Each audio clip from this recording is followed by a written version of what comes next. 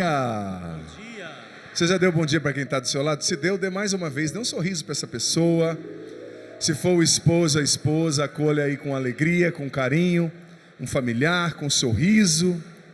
Deus abençoe muito você aqui. Quero desejar um bom dia também a quem nos acompanha em casa pelo Sistema Canção Nova de Comunicação, aos nossos músicos, ao Paulinho, bem-vindo. Deus abençoe todos os irmãos aqui, o Evandro, o Ítalo, que estão conduzindo também esse evento para as famílias. Podemos nos sentar um momentinho, por gentileza? Que bom, queridos filhos e filhas, ter vocês aqui na Canção Nova nessa manhã, e graças a Deus uma multidão reza conosco também, pelo Sistema Canção Nova de Comunicação. Que interessante isso, né? Saber que a gente está aqui rezando. Saber que a gente está aqui rezando e uma multidão de pessoas reza conosco também. Que coisa linda, né? Quero convidar quem nos acompanha, que quiser e puder, vir participar. Hoje tem a missa de encerramento às 15h também, que eu vou presidir. Espero você aqui, viu, de toda a região. Enfim, nós estamos falando sobre a família. Quem aqui está com o esposo, com a esposa? Levanta a mão, os casais. Vou dar uma dica sobretudo para os homens. Quando eu fazer essa pergunta, você faz assim, ó. Porque tem uns homens que estão assim, ó. Uma vez eu vi um homem levantando meio em dúvida, a mulher deu uma cotovelada na costela. E ele saiu assim na hora da oração, assim. Então você assume com coragem, tá? Porque ela vai falar, tá arrependido, rapaz? Levanta essa mão, tá bom? Quem aqui é casado? Aprendeu, né? Muito bom, Deus abençoe. Olha, eu quero dizer para você, de todas as facilidades que se aplicam nesse tempo, graças a Deus nós estamos num tempo de muita facilidade, né? Ontem eu estava indo a São Paulo com um padre amigo, e ele perdeu a carteira dentro do carro, né? E com o celular ele pagou a conta no restaurante, pelo QR Code, tanta facilidade, né? Eu fiquei admirado. Quem imaginaria isso há 20 anos atrás, né? 30 anos atrás? As compras que a gente faz pela internet. Mas eu queria te dar uma notícia, já no começo dessa palestra, dessa pregação. Todas as facilidades que se aplicam para esse tempo, elas não se aplicam, a maioria delas, para o casamento, tá? Seu celular é digital, sim ou não? Você tem uma vida digital no celular, sim ou não? Você consegue pagar contas com o celular no banco de forma digital, sim ou não? Você compra coisas pela internet de forma digital e elas chegam na sua casa, sim ou não? Eu digo para você, o mundo é digital, mas o relacionamento ainda continua analógico. O casamento ainda é analógico, ou seja, tem muita mulher que queria que o marido fosse igual ao Mercado Livre. Não gostei, devolvo. E recebo meu dinheiro de volta, mas não funciona, filha. E marido também, né? Não é igual ao Mercado Livre. É analógico, ou seja, o que é analógico, gente? É aquilo que é construído no processo, é aquilo que leva tempo, é aquilo que é uma construção, né? O tema desse acampamento é Famílias Construídas sob a Rocha, e eu recebi aqui a incumbência de falar sobre o tema do acampamento, né? O Ítalo já falou, o padre, o Evandro, todos de alguma forma estão falando sobre essa construção, né? E veja bem, a palavra construção, ela é uma palavra que já denota algo que é preciso ser feito, né? Algo que não está pronto. O que é uma construção? É você criar o alicerce, é você colocar a base, a fundação, as ferragens, né? Aquilo que a gente chama de fundação da casa, junto com o concreto, com a pedra, para depois você edificar as paredes de tijolos ou de outra alvenaria específica, para depois você colocar o telhado. E nesse sentido eu gosto muito de usar o gerúndio. Eu sei que os professores de português não gostam do gerúndio, né? Indo, fazendo, construindo, né? Que não é próprio da nossa língua portuguesa, a gente pegou esse empréstimo do inglês. Mas eu gosto muito do gerúndio nessas palavras, quando eu quero falar sobre isso, porque veja bem, a família não é algo que está pronto, a família é algo que você está construindo, ou seja, é um processo analógico. Se fosse tão fácil, né? Você apertasse um botão e todos os defeitos da sua esposa sumissem, né? Se apertasse um botão e ela amansasse, né? Jesus, seria um milagre. Você apertasse um botão, o seu marido fosse lá ajudar você a colocar o lixo na hora que você pede, né? Ajudasse você a guardar a roupa, pelo menos acertasse a mira na hora de ir no banheiro, né? Para não ficar aquela coisa imunda quando você vai. Mas não é assim, né, filha? Não é assim. É analógico, é construção, é processo, é aos poucos. Então veja bem, eu vou ler mais uma vez essa passagem, que já foi lida, mas não tem problema. Ela é o tema do nosso encontro, então o padre e os pregadores todos, nós estamos insistindo nela. Mateus capítulo 7, versículos do 24 até o 27. Presta atenção mais uma vez, você aqui e você em casa. Portanto, quem ouve essas minhas palavras e as põe em prática, é como um homem sensato que construiu a sua casa sobre a rocha. Caiu a chuva, vieram as enchentes, os ventos deram contra a casa, mas a casa não desabou, porque estava construída sobre a rocha. Por outro lado, quem ouve essas minhas palavras e não as põe em prática, é como um homem, uma pessoa sem juízo, que construiu sua casa sobre areia. Caiu a chuva, vieram as enchentes, os ventos sopraram e deram contra a casa, e ela desabou, e grande foi a sua ruína. Palavra da salvação. Não, está muito fraco. Palavra da salvação. Veja bem, essa palavra é muito preciosa para nós, e ela se aplica não só para o casamento, tá? Porque tem gente, quando a gente vai pregar sobre família, as pessoas entendem que a gente está falando só para casais, né? Mas o relacionamento de um filho com um pai não é um relacionamento familiar, sim ou não? O relacionamento de um avô com um neto, do cunhado com a cunhada, são relacionamentos familiares. E isso se aplica a tudo. O que Jesus está falando? Olha, quem ouve a minha palavra e põe em prática é alguém que constrói a casa sobre a rocha. Quem ouve a minha palavra e não põe em prática é alguém que construiu a casa sobre a areia. Veja bem, ambas as casas, que estava construída sobre a areia e a que estava construída sobre a rocha, enfrentaram os mesmos problemas, enfrentaram as mesmas realidades. Ambas veio a chuva, o vento, a enxurrada. Mas o que diferencia essas casas? O fato de escutar e colocar em prática. Nesse final de semana, você aqui, você em casa, está escutando a palavra de Deus. Sim ou não? Mas isso é o suficiente? Sim ou não? Não é o suficiente.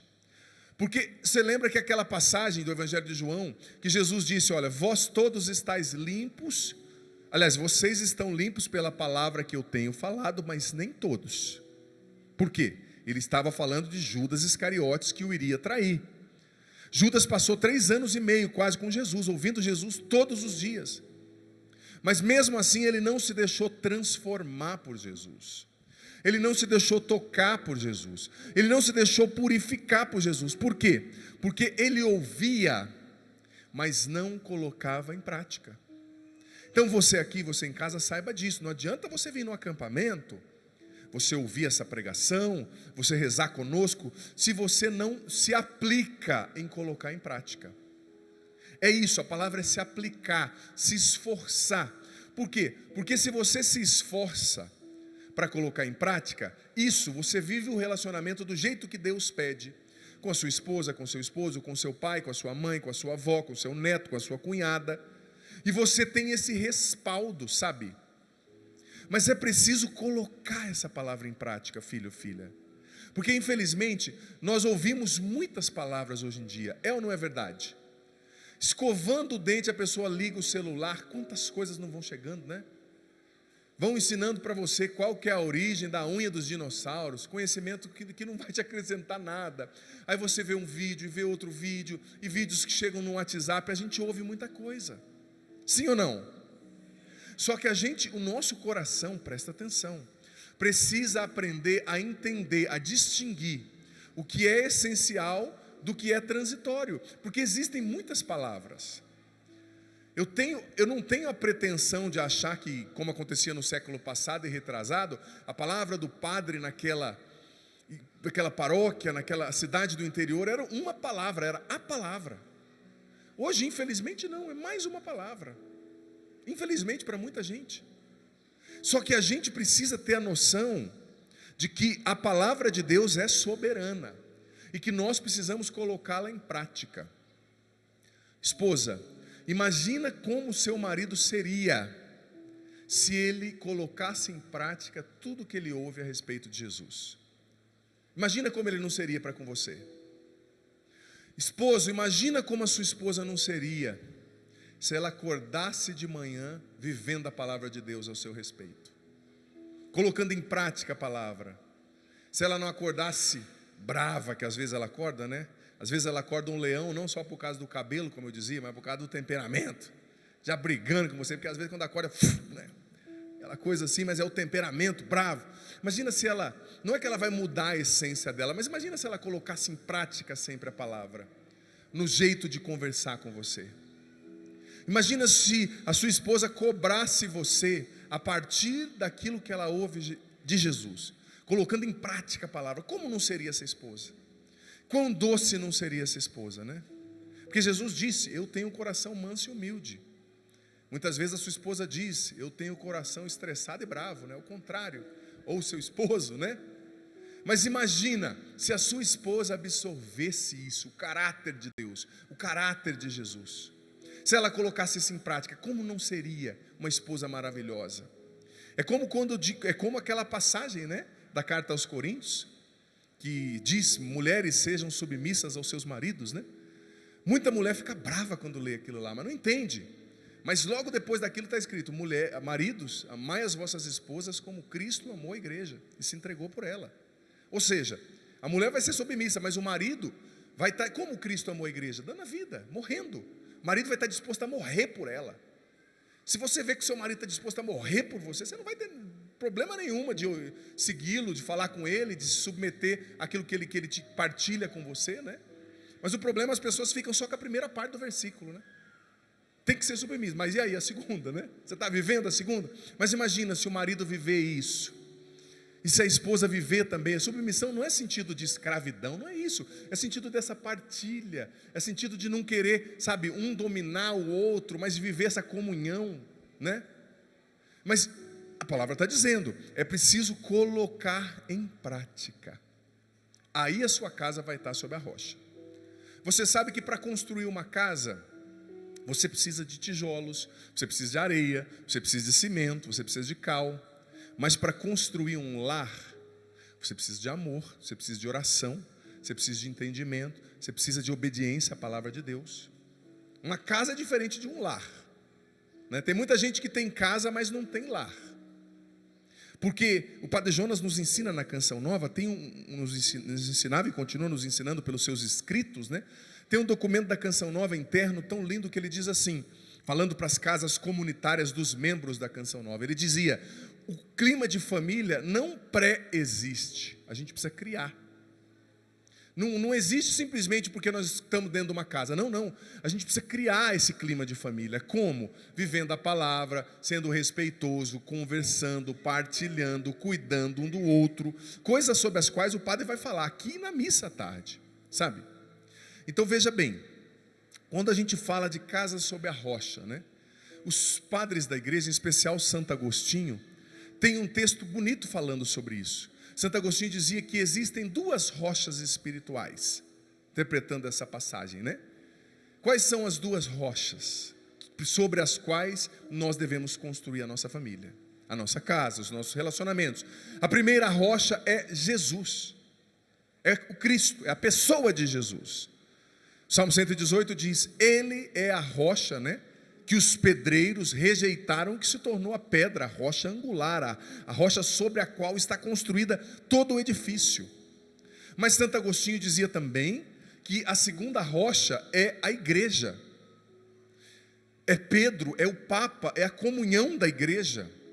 Santo Agostinho dizia que assim como Eva foi tirada do lado de Adão, né, foi construída a partir do lado, né, da costela de Adão, a igreja nasceu do lado aberto de Cristo na cruz, de onde jorrou sangue e água. E veja bem, quando Santo Agostinho fala da igreja como pedra, ele não está falando simplesmente do templo onde você vai, ele está falando da igreja corpo místico de Cristo, ele está falando de Pedro, que é o Papa, que é a rocha, que não é somente como um diretor lá da escola, da empresa, que você tira e vem outro, não, é sobre a fé de Pedro que a rocha, que é a igreja, é construída. Então, as nossas famílias precisam ser construídas sobre a rocha que é Jesus. Por isso a família precisa rezar junta. O Ítalo já falou isso e eu repito e vou repetir depois. Por isso a família precisa conhecer Jesus junto. Ler a palavra de Deus, saber quem é Jesus, absorver o caráter de Jesus. Mas a família também precisa ir à igreja junto. A igreja é importante. Eu digo para você, é impossível você suportar isso que a palavra está dizendo, a enchente, a chuva, a ventania, se você não estiver na rocha que é a igreja. É impossível. Você não consegue. E infelizmente tem muita família por aí que desde a pandemia deixou de ir à missa, porque não podia, acabou a pandemia e continua assistindo missa pela internet. Pecado mortal, o católico batizado, que não está doente, que pode ir à missa, não ir domingo à igreja e não comungar. Não ir nos dias santos à igreja e não comungar. Pecado mortal. Mas tem tanta gente com uma preguiça. Gente, a preguiça espiritual tem destruído as famílias. Tem uma preguiça de rezar. Tem uma preguiça de ir à missa. Tem uma preguiça de ouvir sobre Deus. Não tem tempo, mas tem tempo para assistir uma série, às vezes que fica de 8 a 10 horas maratonando naquela série. Para isso tem tempo. E muitas vezes uma série cheia de ideologias, com conteúdos contrários à família, com conteúdos contrários ao evangelho, absorvendo aquilo, absorvendo aquilo, absorvendo aquilo. Então é preciso ir à igreja, sabe? As famílias precisam ir à igreja, os jovens precisam ir à igreja, sabe? Só que hoje nós estamos tão egoístas, que até a gente quer uma igreja que venha até nós. Daqui uns dias vão estar ligando aqui na Canção Nova, falando: "Nossa, o senhor não pode entregar a comunhão aqui em casa, delivery, não?" O padre pega uma moto, né? Imagina eu chegando com essa batinona de moto lá, falando: "Corpo de Cristo", sei lá de dentro, nem sai lá fora, fala amém, deixa aí na... Deus nos defenda, né? O sacrilégio. Mas pode dizer como muita gente pensa, né? Deixa aí nas cartas e depois eu pego. As pessoas estão preguiçosas. Aí meu tempo é muito precioso. Vou lá na igreja, aquele padre não me agrada. Seu tempo é muito precioso porque você ficar gastando na internet, para ficar vendo aí vídeo que não deve no Instagram, para ficar caindo muitas vezes no adultério pela internet. Seu tempo é muito precioso. Por que você gasta mal? Por que eu gasto mal? Nós precisamos ir à igreja. A família precisa ir à igreja. Sabe, toda a família precisa ir. É tão bonito quando o pai e a mãe levam a criança à igreja, desde criancinha, desde novinha, né? Eu vejo os meus sobrinhos, são crianças, claro, um de 5,5, outra de 2,5. Às vezes na missa eles ficam lá espiritados, mas quando eu vou celebrar em casa, por mais que eles baguncem e se divirtam, às vezes como crianças, eles já têm noção do sagrado, sabe? A hora que começa a missa eles mudam um pouco. Eles entendem que o tio não é mais o tio que estava chutando bola, é o tio que está com a estola, com a túnica, com a casula, que eu celebro às vezes na casa da minha mãe, né? Tem uma capelinha lá, simples, claro, sem o Santíssimo, só uma capelinha. Eles já estão entendendo, com 2 anos e meio e 5, por quê? Porque minha irmã leva na missa. Se não levar, tempos atrás eu fui numa casa, que eu estava com um crucifixo na mão, aí a criancinha olhou e começou a chorar. Eu falei: "Por que você está chorando?" "É porque tem um homem morto nessa cruz." "Nunca te mostraram?" "Não." "Nunca te falaram quem ele é?" "Não." Criança ali dos 4 anos não sabe quem é Jesus. Por quê? Porque não é importante para muita gente. Só que daí vem a pancada, vem a batalha, porque as lutas vêm para todo mundo, gente, sobretudo para uma família. E eu vou dizer uma coisa para você: quando você está vivendo do jeito que o diabo gosta, sabe? Quando você está só numa rocha da vida aí, ó, o diabo não vem com fúria contra você, porque você é do time dele. Mas a hora que você começa a rezar, a hora que você deixa de se vestir igual uma piriguete, ai Jesus, a hora que você deixa de ficar mamando cachaça igual um cachaço, né? Bebendo, aí as batalhas começam. Isso é ótimo sinal que você está saindo do time do demônio, do inimigo, do mundo, né? E as batalhas vêm, e sobretudo quando a gente está tentando ser de Deus, as batalhas vêm. É preciso ir à igreja. "Padre, ninguém em casa vai." Então vá você, comungue. Gente, você não tem noção a força que é para uma família quando tem um membro que comunga todos os dias, que vive a comunhão diária. Você não tem noção. Ninguém vai, então eu vou todo dia, vou comungar um dia pelo marido, um dia pelo filho, um dia pelo neto. Sabe? Vá você, a igreja é a rocha. É preciso que nós participemos da igreja. Agora veja só, uma coisa que é importante a gente ter, falando agora sobre família, adentrando mais no tema. A gente precisa entender, o Catecismo da Igreja no número 2205 diz o seguinte, que a família não define a si mesma. Ela foi definida por Deus, ela foi constituída por Deus na sua essência. Num tempo de tanta ideologia, né? Que estão querendo mentir sobre a identidade, a mentira da ideologia do gênero, que quer confundir os nossos jovens, mentindo sobre a identidade sexual, afetiva deles. A família foi constituída por Deus, ponto. Do jeito que Deus a fez. A família, o ser humano, não se autodefine, como a ideologia de gênero ensina, mas ela foi definida por Deus, e a família é uma instituição divina. É uma instituição divina. Casamento não é brincadeira. Se você casou, Jesus diz no Evangelho, quem casa, deixa o seu esposo para casar com outro, está em adultério, não pode comungar, não pode confessar. Está em adultério, tem que resolver a situação. Talvez começar um processo para ver se tem um critério de nulidade matrimonial, para ver se o primeiro casamento talvez não aconteceu, porque se aconteceu ninguém pode anular, né? Mas para tentar regularizar a situação diante de Deus. Mas tem gente que acha que o casamento é um carnaval. Ah, não deu certo, eu separo, pego um, pego o outro, sabe? Não, não é assim. O casamento é algo sério, por quê? Porque família é instituição divina.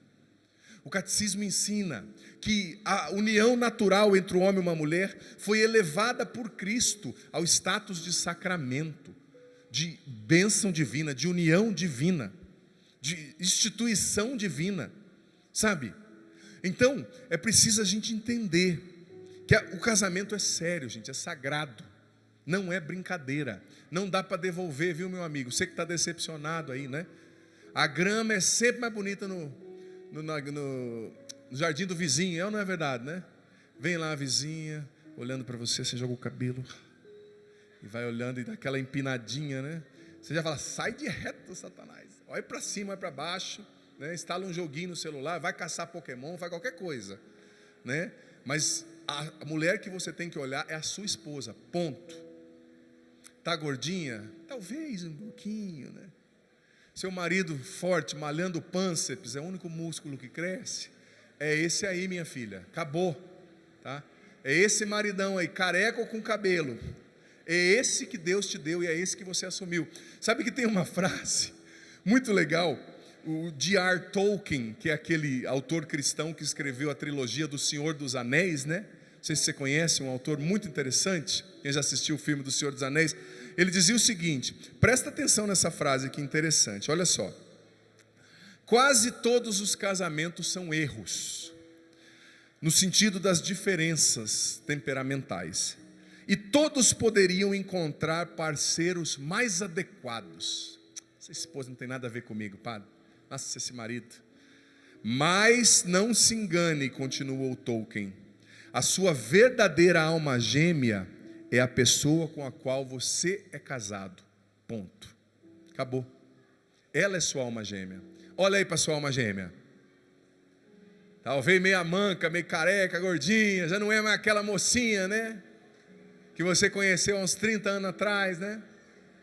Talvez tudo que estava em pé está apontando para o solo. Mas é ela, meu irmão. É ele, minha irmã. Acabou. É essa pessoa. O casamento não é brincadeira. Nós estamos num momento, tempo de aventura. As pessoas só querem viver gotículas de prazer, entendeu? Mas é essa pessoa, ponto. E para você que é jovem, cadê os jovens que não casaram aqui? Ou os adultos que ainda não casaram, estão solteiros? Levanta a mão. Tem uns que já levantam até assim, né? Filma eu estou solteira, meu número, põe aí na legenda. Não é para isso. Mas os jovenzinhos, as crianças, levanta a mão também, os mais jovenzinhos. Pode levantar. Tem uns que estão em dúvida, aquelas duas ali que querem ser freiro, estão em dúvida. Depois da missa me procura, já vou levar para o convento as duas. Que idade tem essas duas aí? Fala bem alto para mim. Que idade? 14 e 18? É a idade boa para ir para o convento, o que vocês acham? Eu perguntei quem quer casar, elas não levantaram, então já vou jogar a estola. Lá sai. Se tiver algum menino também olhando muito, eu já levo para o seminário também. Os padres chegam uma época da vida que é assim, já ficou olhando muito, vem cá, vamos conversar, não quer almoçar lá no seminário, já vamos levar. Claro, se for vocação, óbvio, né? Mas enfim, eu vou dar uma dica para você que quer casar. Quem aqui quer casar? Levanta a mão, que não está casado ainda. Você tem certeza? As meninas não levantaram de novo, é vocação. Senti. Não levantaram. Mas enfim, você sabe que as pessoas que namoram não entendem uma coisa. Você tem que namorar de olho aberto e casar de olho fechado. Porque assim, a pessoa namora de olho fechado. Ai, meu amor, ai, tão bonita, é legal. Ai, ela é brava, mas é tão bonitinha a braveza dela. Amanhã é uma onça, prenha, como eu falei na missa sexta. Gospe fogo pelas ventas, brava, nossa, irritada. E quando vem a TPM, então, meu amigo, carnação do mal, né? Ai, que lindinha, ai, é tão bonitinha, tão fofinha, bravinha, né? Vai, pensa com exatidão. Fica com o olho fechado. Aí a hora que casa, depois de uns 6 meses, Padre do céu, minha mulher é muito brava. Nossa, Padre do céu, não quero estar com essa mulher. Meu amigo, você devia ter casado com o olho aberto. Você, no namoro, fica com o olho aberto. Olha, o temperamento dela é forte. Vai lá conhecer a sogrinha, né? Que a sogrinha dá no olho do marido. Você já vai vendo, opa, uma cópia da minha sogra, né?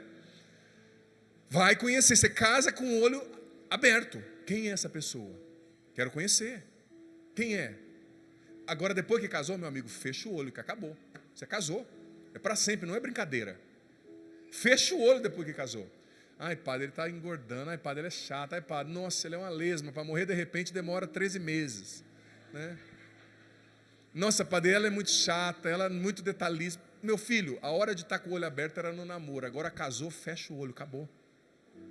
Agora é o contrário, a pessoa casa com o olho fechado e quer abrir depois que casou. Deixa de ser anta, não quero ofender as antas, desculpa. Deixa de ser, meu irmão. Você tem que abrir o olho na hora do namoro. Namoro é para terminar. Você vai conhecendo, se não deu, termina. Agora no namoro vive como se tivesse 30 anos de casado. Aí depois que casa, vive como se estivesse começando o namoro, né? É um fogo no namoro, né? É um fogo que dá medo. Depois de 10 anos de casado, o cara chega e fala, padre, sabe aquela coisa lá, que os casais geralmente fazem para ter filho? Rapaz, faz tempo, hein? Nossa, nem lembro, né? Por quê? Porque a gente não vive do jeito que Deus pede. Por que a igreja diz? Namoro não é tempo do sexo, namoro é tempo de... Sexo é dentro do casamento. Essa é a doutrina cristã. Você que está vivendo o seu namoro, sexo livre, você está em pecado mortal. Você não pode comungar. Deus chama você a viver a castidade no namoro, ponto. Ai, padre, que radical. Não é radical, é que você fica... No namoro, o cara conhece cada milímetro do corpo da mulher. Conhece as curvinhas, conhece outras coisas mais que eu não vou falar ao vivo. Mas depois, quando casa, não conheceu o temperamento, não conheceu o coração, não conheceu a alma, conheceu só o corpo. Aí perdeu a graça, porque depois que você casou, você poderia conhecer o corpo, porque você já tinha conhecido a alma, entendeu? Você já teria conhecido o interior, você já teria conhecido os valores, você já teria conhecido as virtudes da mulher. Não, só conhece o corpo. Então a igreja ensina, cada coisa no seu lugar. No namoro se conheça, se conversa. E tem namorado que não conversa, porque não dá tempo. É só, né? Rala e rola, Depois casa, fica 10 anos sem fazer sexo. Um dia eu ouvi um pregador falando algo que eu achei muito interessante. Ele falou assim, olha, Deus fica triste quando o namorado faz sexo, mas fica mais triste quando o casado não faz, né? Ô padre, que isso? Por quê? Porque a gente inverte as coisas só para desobedecer a Deus. Se Deus falou que é assim, ponto. Por que a gente quer desobedecer? É a petulância soberba do ser humano do século 21, do ser humano moderno. Não, eu me invento a mim mesmo, eu me crio. Deus falou assim, mas eu não estou nem aí. E talvez você esteja escandalizado disso que eu estou falando. Padre, mas todo mundo faz assim. O C.S. Lewis dizia que a gente se desviou tanto da vontade de Deus, que quando alguém prega o que é a vontade de Deus, as pessoas se escandalizam. Onde já se viu? A maioria faz, eu já falei na sexta e repito, foi a maioria que não entrou na arca, foi a maioria que construiu o bezerro de ouro, foi a maioria que pediu solte Barrabás e crucifique Jesus. Então não siga a maioria, siga Jesus. Não siga a maioria, siga Jesus Cristo, ponto.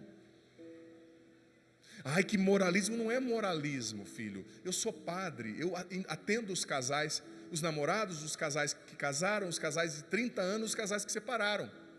E para você que está namorando agora, o sexo é a coisa mais importante do mundo. Só que depois que você casa, existem outras coisas. E se você gasta toda a sua bala no namoro, que graça vai ter depois de casado? Que comunhão, que descoberta que vai ter depois que você casar? Porque você já viveu tudo. Você não soube se guardar, você não soube esperar. Parece loucura, mas não é. Deus chama você à castidade. E depois que você namorar, você vai viver a sua intimidade com a sua esposa para sempre. Mas é a castidade, ponto.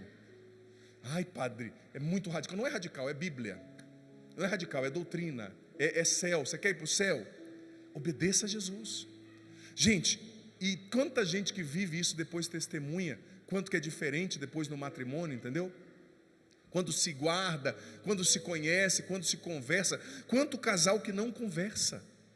Por quê? Porque não aprendeu no namoro a conversar. Porque era aquele fogo, só que chega uma hora que o fogo vai abaixar, é natural, né? E aí, não aprendeu a conversar, não tem amizade, só tinha carne. Quando não tem amizade, a carne passa. Por quê? Porque a sua carne vai envelhecer, como a da sua esposa. Mas é a amizade, a comunhão, a interatividade. É isso que vocês precisam construir no namoro e manter pela vida toda.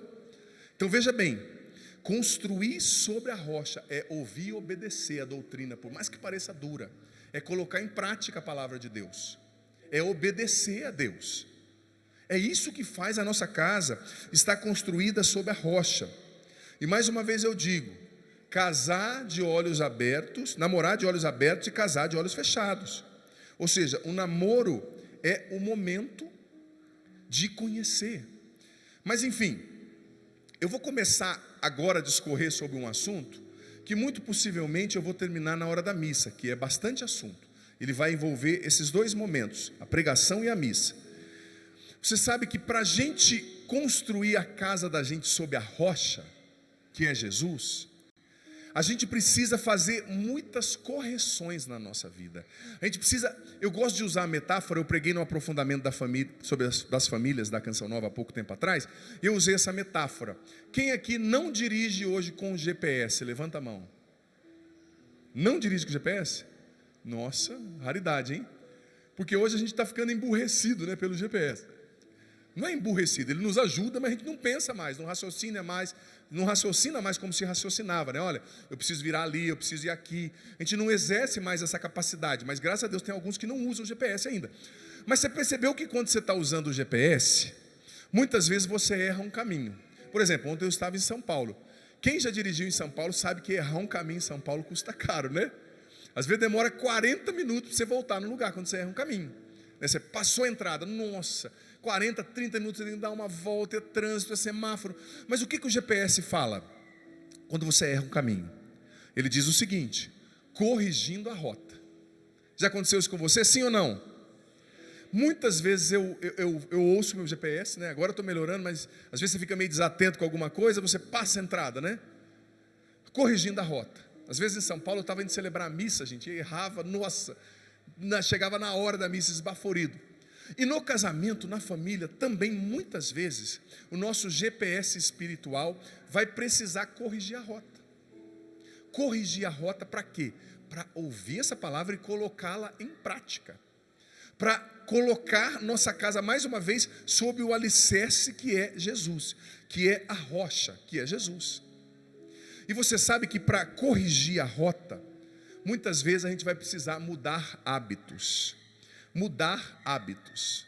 É uma das coisas muito difíceis na vida da gente, sabe? É mudar hábitos. Mas existem hábitos que a gente vai enraizando dentro de nós, permitindo se enraizar, que são totalmente contrários à família, que são totalmente contrários ao amor. Por exemplo, eu vou ser sincero com você, isso não é moralismo, isso é profecia, é denúncia do mal, é a palavra de Deus. Mas muitas pessoas vão precisar corrigir a rota do que ouvem, assistem e veem em casa para ouvirem Jesus e colocarem a palavra de Jesus em prática. Tem músicas, me perdoe, que não pode tocar numa casa cristã, não podem. Você tem que tomar cuidado, porque, gente, as nossas famílias estão ficando contaminadas, presta atenção, é uma brecha para a ação do mal, contaminadas muitas vezes pelo demônio, por aquilo que a gente vê, assiste, ouve, lê. O mal entra pelos ouvidos, pelos olhos, pela sensibilidade. Tem que corrigir a rota, sabe? Filtre, uma atitude para você blindar sua família, blindar seu casamento. Filtre o que é ouvido, o que é assistido na sua casa. É preciso filtrar, é preciso colocar limite. Você, pai e mãe, sobretudo, você é o senhor dessa casa, depois de Deus. A senhora, então coloque limite. Por exemplo, tem músicas que não dá. Gente, quanto católico ouvindo música totalmente contrária ao evangelho e não está nem aí. Eu disse isso na sexta e repito. Sabe, para esse momento eu peguei aqui, você vai ver. A letra de algumas das músicas mais ouvidas no ano passado. Nós estamos em janeiro, primeiro final de semana do ano. Então o ano passado não está distante. Vê se isso aqui não é o totalmente contrário, antítese do que o evangelho ensina sobre o amor. O que o evangelho ensina que o amor é? O amor é compromisso. O amor é dar a vida. Casamento é algo sério, a gente se compromete para dar a vida pelo outro, para amar o outro até o fim. É isso que a igreja ensina, que a Bíblia ensina, sim ou não? Olha só, um trecho da quinta música mais tocada no Brasil no ano passado. Olha só, que muitos católicos estão ouvindo em casa. Presta atenção.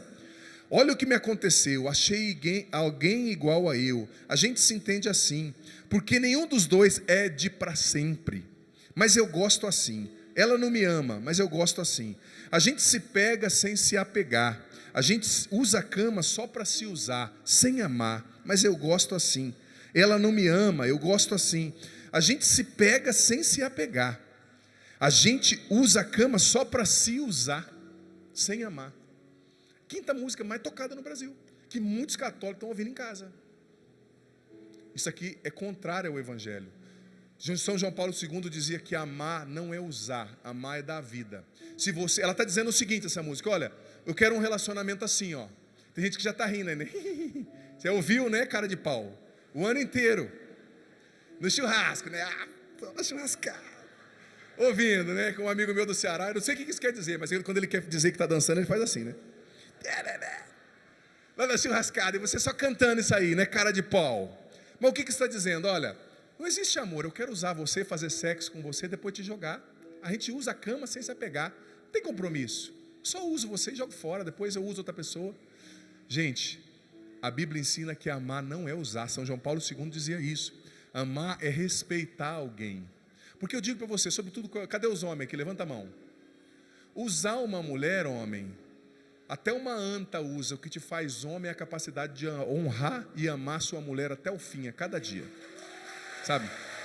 Até um animal usa uma mulher. Mas o que te faz homem de verdade, o que te distingue do outro é a capacidade de ser fiel, de conquistar essa mulher a cada dia, até o fim. Ai, padre, ela não está mais afim de mim, ela não tem mais desejo. Talvez você não está estimulando do jeito certo, não está amando, não está cuidando, não está respeitando. Amar não é usar sem compromisso. Isso aqui é totalmente contrário ao evangelho. Música assim não pode tocar numa casa cristã, não pode. Porque você está vindo na missa, ouve 5 minutos de homilia e fica se enchendo dessa porcaria contrária ao evangelho. Olha só, essa aqui vai ser difícil. As crianças fecham o ouvido. Olha só, letra do funk mais ouvido no Brasil em 2023. As nossas crianças e jovens ouvem demais isso.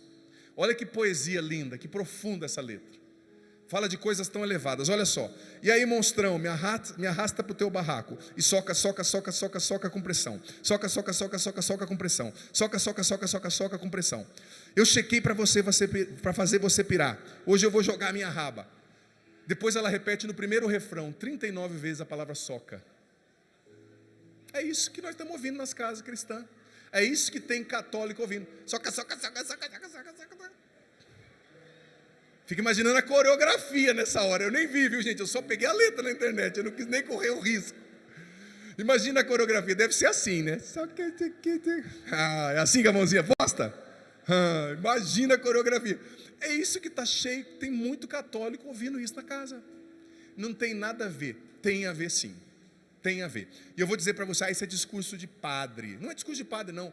A Universidade de Harvard, em 2016, publicou um estudo provando o seguinte, que todo o estímulo lúdico, arte, música, poesia, cinema, ele afeta uma área do nosso cérebro chamada hipotálamo, que é o cérebro reptiliano, que não passa por aquilo que é o neocórtex frontal, né?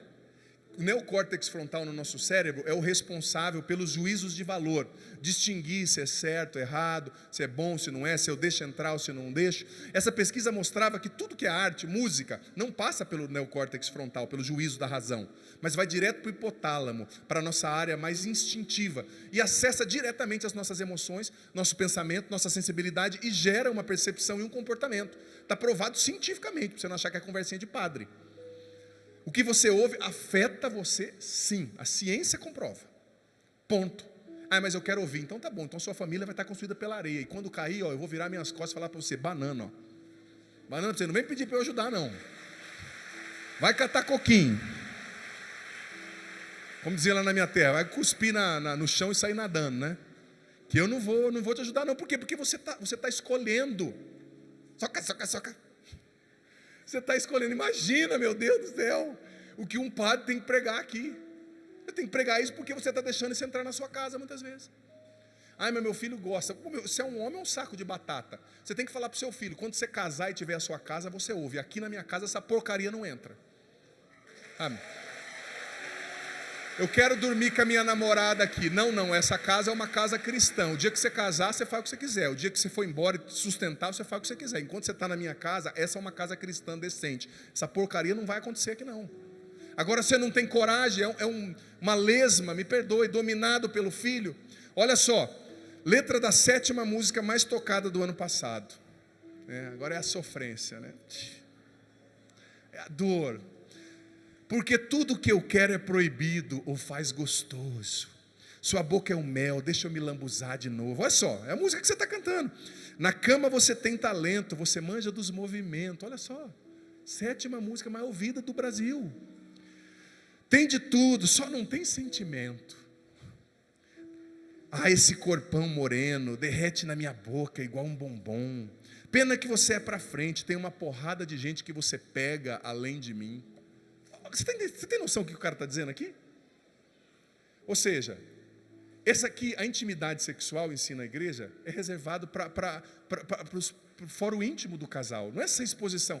E o cara está elogiando a mulher, você é para frente, isso é ótimo, por quê? Porque você sai aí, dando o seu tempo, sua atenção, para um monte de gente, não me entenda mal, hein? Olha só, para um monte de gente. Então você é muito legal, gente, isso é totalmente contrário ao Evangelho.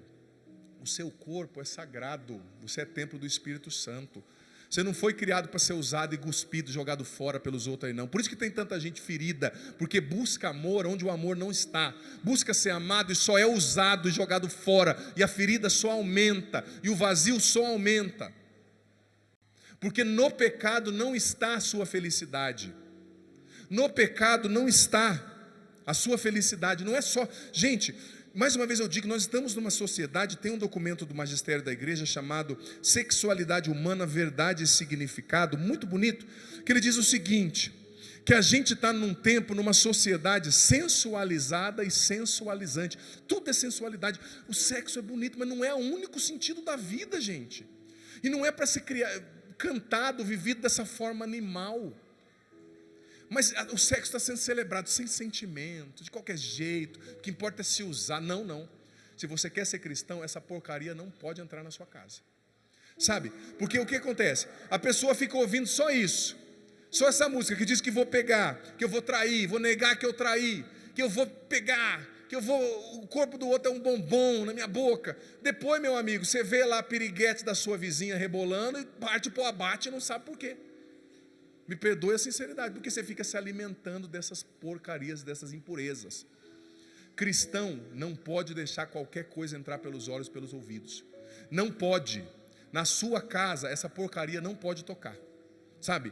E eu vou dizer para você, você sabe por que tem tanta novela mostrando impureza, depravação no Brasil? É porque tem gente que assiste, tem gente que gosta.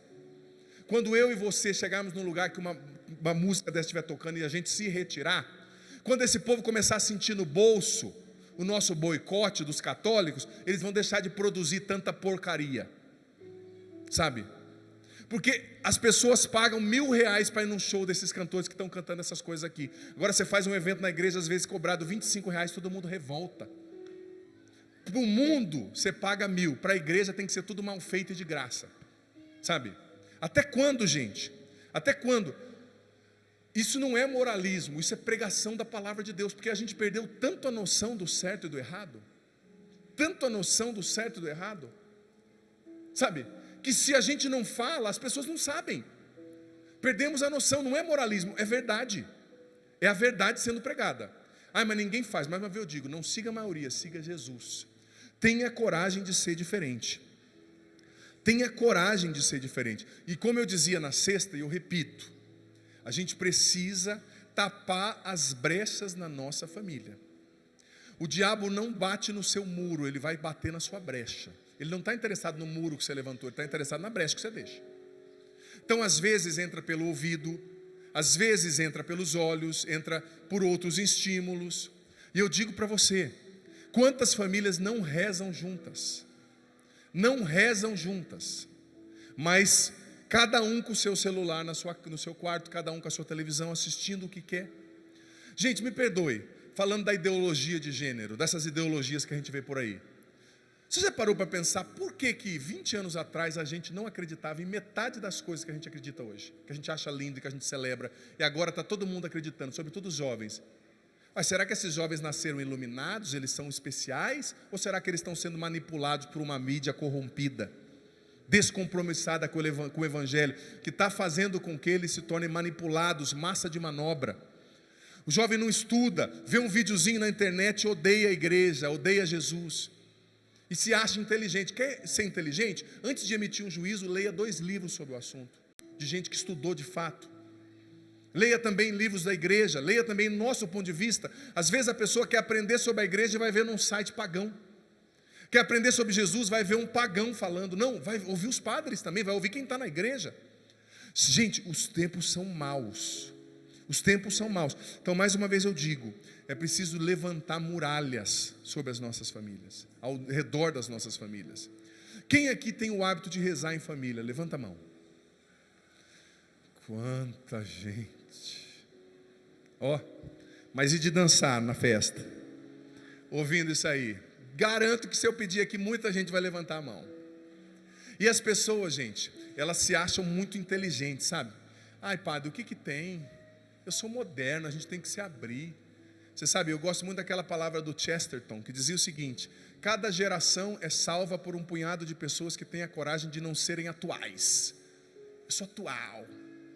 É isso que você chama de atual, daqui 10 anos é brega.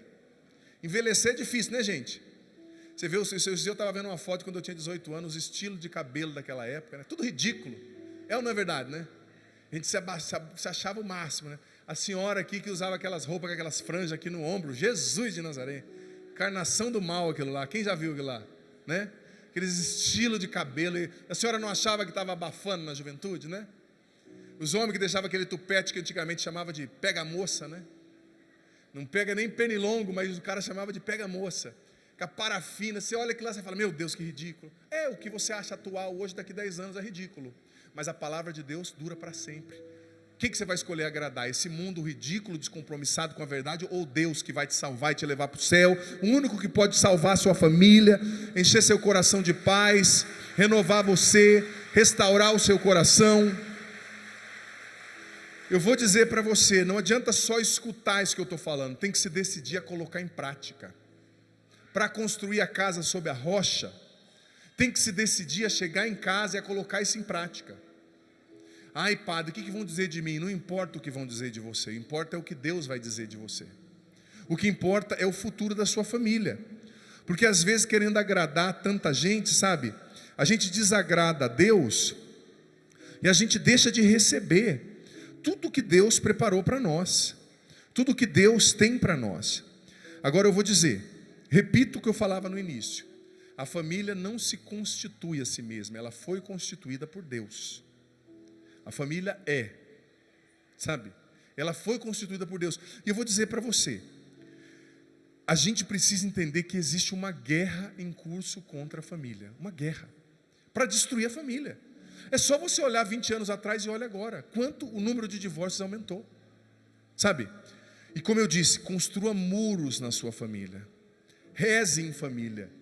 eu quero lançar a proposta aqui, que a partir desse acampamento, pelo menos em 3 noites na semana, eu estou pegando leve, hein? 3 noites na semana vocês rezam o texto em família. Quem rezem o texto em família? Quem está disposto a assumir isso, a viver esse desafio? Levanta a mão. Quero ver, hein? Próxima vez que eu ver que você vir aqui, eu vou cobrar, vou perguntar. E aí? Colocou em prática? Reze o texto. E, gente, existe uma luta. Eu acho tão bonito a família, as pessoas que se levantam espiritualmente pela família. Por exemplo, há quanto tempo você não joga água benta na sua casa? Joga água benta na sua casa. Joga água benta em cada um dos seus cômodos, né? Tinha uma mãe que acordava, sempre o filho assustava dele dormindo, e ela jogava água benta na cabeça do menino. Ai, meu Deus do céu, o que é isso? É o dilúvio? Não, filho, é água benta, né? Coloque uma medalha de Nossa Senhora consagrada, abençoada, debaixo do travesseiro do seu filho, do seu marido, do seu neto. Coloque um crucifixo dentro de casa, abençoado. Há quanto tempo você não chama um padre para abençoar a sua casa, a sua empresa? Cerque-se espiritualmente, levante muros. Chame um padre para abençoar a sua casa. E uma dica, chame sempre perto da hora do almoço, assim, sabe? Né? E se for eu, pode aumentar, que olha o tamanho da criança, olha a estrutura, né? Eu amo abençoar as casas assim por volta do meio-dia, tá, gente? Não sei, é um horário assim que mexe comigo, sabe? Né? Então fica a dica, né? Ou também, pode ser à tarde, mas um café da tarde assim, reforçado, né? Você viu aquele ditado, comigo a um padre, né? Tem porquê esse ditado.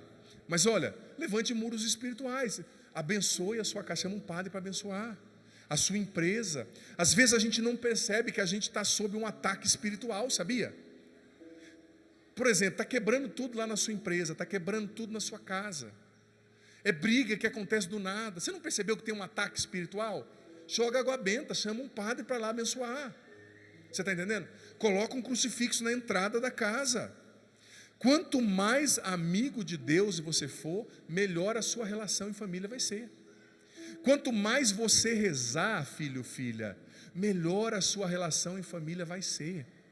Quanto mais amigo de Deus você for, melhor a sua família vai ser. Eu já disse o acampamento das famílias do ano passado e repito. Quer saber o segredo para um casal ser feliz e dar certo? Sim ou não? Ambos se apaixonarem por Jesus. Quando o marido é apaixonado por Jesus e a mulher é apaixonada por Jesus, o casamento vai dar certo. A família vai para frente. Mas rezemos, coloquemos o Senhor em primeiro lugar, sabe? Ergamos muros de proteção espiritual para proteger a nossa família. Às vezes está na tua cara, o demônio está destruindo e você está, ai, não sei o que aconteceu, ai, meu marido está chato. Reze. Tem um ataque espiritual acontecendo sobre os objetos, sobre o ambiente, sobre as pessoas. Consagre a casa a Deus, reze o rosário, acorda de madrugada para rezar, faça dinâmicas de oração forte. Enfim, é um pouco disso. Vamos ficar em pé? Quero chamar aqui os irmãos, o Ítalo, por gentileza, e o querido Evandro para rezarem comigo nesse momento. Os irmãos que estão conduzindo também esse acampamento, 2 irmãos muito queridos. E veja bem, por favor, não fica com essas letras que eu falei na cabeça não, que isso é uma praga, né? Essa palavra só que eu estava estudando, isso não saía. Eu falava, ai, sai, Satanás. Porque a música já é feita, é só batida, né? É para te prender, e você está ouvindo, né? Os jovens estão ouvindo. Não deixe isso entrar na sua casa. Amém? Quero pedir então que você levante os seus braços. Levanta os seus braços agora, filho, filha, você aqui, você em casa. Os irmãos vão me ajudar, mas eu já quero, no começo dessa oração, pedir, vem Espírito Santo. Vem Espírito Santo sobre quem está aqui, quem está em casa. Espírito Santo, vem nos dar o entendimento de tudo que ouvimos aqui. Para muitos talvez é muito duro, que foi falado aqui em outras palestras. Para muitos talvez isso é intragável, não é palatável, não é facilmente compreendido. Vem Espírito Santo, a palavra diz que é o Senhor quem convence a respeito da justiça, do pecado, do juízo. Vem Espírito Santo, vem sobre mim, sobre nós que estamos aqui, sobre quem está em casa, sobre os pais, mães, os jovens, os idosos. Vem nos batizar e nos encher, Espírito de Deus. Vem nos dar o entendimento de tudo que ouvimos aqui, Espírito Santo. Vem baixar as nossas guardas para a palavra de Deus, baixar as nossas defesas. Muitas vezes, Espírito Santo, estamos muito armados, com a cabeça muito cheia de ideologias, muito cheia de conteúdos contrários ao Evangelho, contrários à noção de amor proposta pela Bíblia, contrário ao sacramento do matrimônio, ao que é próprio do matrimônio, ao que Deus e a igreja, a Bíblia ensinam sobre o matrimônio. Nós fomos absorvendo que trair é bom, que viver a sexualidade de qualquer jeito é bom. Nós fomos absorvendo, Espírito Santo, as ideologias, a impureza do mundo. Vem nos batizar, vem nos purificar, vem derramar sobre nós a tua unção, Espírito Santo. Vem derramar sobre nós o teu poder, Espírito Santo. Vem derramar sobre nós o teu fogo. Vem e batiza quem está aqui, batiza quem está em casa. Nos purifica, Espírito Santo, e dê a todos aqui em casa o entendimento de tudo que foi pregado. Vem, Espírito Santo, vem tirar as nossas resistências. Às vezes achamos que sabemos mais do que Deus, não nos dobramos, não nos submetemos à palavra, ao ensinamento, à vontade de Deus, mas nós queremos aqui obedecer, queremos agradar a Deus e não o mundo, queremos seguir Jesus e não a maioria. Vem, Espírito de Deus, e nos enche com a tua unção. Ori alamassuri candaralabá, shibiri alamassuri andaralabá, ora labari alabari alashandaralabá, libiri alamassuri andaralabari alabari alashandaralabá, ora labari alamassuri. Te convida nesse momento. Padre Zanolano pregava, o Senhor me recordava de um grande episódio na vida de Santo Agostinho. O desejo de Mônica era que Agostinho aceitasse pelo menos ser batizado para não morrer como um pagão. E foram 3 décadas rezando, chorando, comungando, jejuando, para que ele aceitasse pelo menos ser batizado. Depois de todo o processo de conversão, quando ele já estava ordenado padre, ele celebrou uma missa e foi fechar as portas da igreja depois do término da missa. E lá no fundo, uma mulher esperava, deixando toda a assembleia ir embora. Quando Agostinho chegou na porta da igreja para fechar a porta, a mulher olha para Agostinho e diz: Agostinho, você se lembra de mim? Agostinho olhou para ela e ela novamente disse: você se lembra de mim, Agostinho? Com um olhar de sedução, como o padre bem pregava, um olhar de atração para o pecado, Agostinho disse: eu me lembro de você. Ela falou: eu sou aquela com quem você se deitou, aquela com quem você teve tanto prazer. Mas naquele momento, irmãos, Agostinho olhou nos olhos daquela mulher e disse: sim, você é aquela, mas eu não sou mais aqui. Eu não sou mais aqui. Eu sinto que enquanto o padre pregava e trazendo essas realidades que até te surpreenderam, nossa, o padre vai falar disso, o padre vai falar dessa canção, o padre vai falar dessa realidade. Alguns até estranharam, mas para você perceber que a igreja está observando o movimento do mundo para salvar você. Este acampamento neste fim de semana não é mais que uma desculpa para você voltar para a sua vida e dizer como Agostinho: eu não sou mais aquele, eu não sou mais aquele, eu não ando mais com esse mesmo tipo de comportamento. Tem muita coisa que você vai ter que jogar fora, porque Deus usou desse final de semana, meu irmão, minha irmã, para dizer a você: eu estou tirando você da lama, mas também estou tirando dentro de você a lama que está dentro de você. Ergue teus braços e diz: eu aceito, Senhor, eu aceito a tua vontade sobre a minha vida, eu aceito, Espírito Santo, aquilo que o livro da vida escreveu a respeito da minha família. Venha sobre nós, Espírito Santo, e nos convença no final desta manhã. Venha sobre nós, Espírito Santo, e traga uma onda de conversão, como a onda de conversão que visitou Agostinho, de uma forma profunda, de uma forma profunda.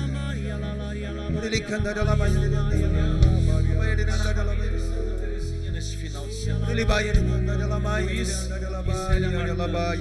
eles construíram esses muros que o Padre Adriano falou para nós, esses muros espirituais. Eles eram permanentemente preocupados para que nenhuma das modas daquela época pudessem atingir a sua família. Eles protegiam a sua família.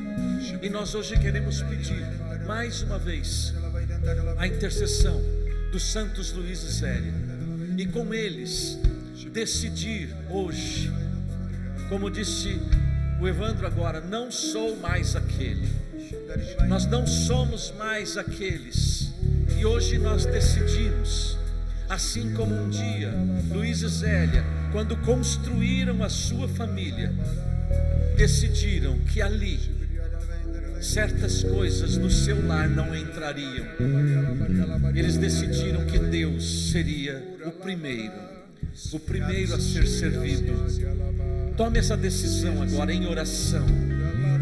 Diga para o Senhor: eu aceito, eu creio, eu quero, eu te coloco, Senhor, eu abro espaço na minha vida, no meu matrimônio e na minha família, para que o Senhor, que é a rocha, seja o primeiro a ser servido, o primeiro a ser amado, o primeiro a ser adorado, o primeiro a ser reverenciado, na minha casa, no meu lar, não entrará mais nada daquilo que destrói a família. O meu lar eu consagro a Ti, Senhor. O meu matrimônio, a minha família são consagradas a Ti, Senhor. O Senhor será sempre, a partir de hoje, nessa minha decisão, o primeiro a ser servido. Amém, Senhor. E com os braços erguidos, solta a sua voz no Espírito agora, junto com o Paulinho, junto conosco. Solta a sua voz em línguas. Pega os braços, filho, filha. Até mesmo você que não tem o hábito de rezar assim, você aqui, você em casa, ergue os braços. O Espírito Santo está provocando uma mudança de mentalidade.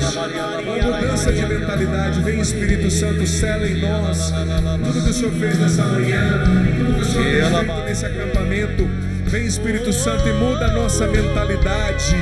Os valores mundanos, ideológicos, enraizados em nós, vem arrancar, Espírito Santo.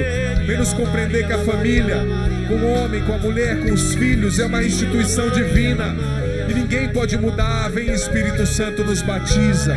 Vem, Espírito Santo, nos encha. Vem, Espírito Santo, nos convença sobre a verdade de Deus. Arranca as escamas dos nossos olhos. Nos batiza, Espírito Santo. Infunde em nós os Teus dons. Com os braços erguidos, cantemos. Ó vento impetuoso, uma vez mais para encerrar, vem nesse lugar. Fortalece o que é fraco com Teu poder. Solta a voz. Ó vento impetuoso, canta isso. Vem neste lugar. Fortalece o que é fraco com o Teu poder. Rasgue o céu, meu Pai. Sopra. Vem Espírito Santo. Vem. Ó vento impetuoso, cante. Ó vento impetuoso, vem neste lugar. Fortalece o que é fraco com o Teu poder. Rasgue o céu, meu Pai. Sopra hoje aqui. Vem Espírito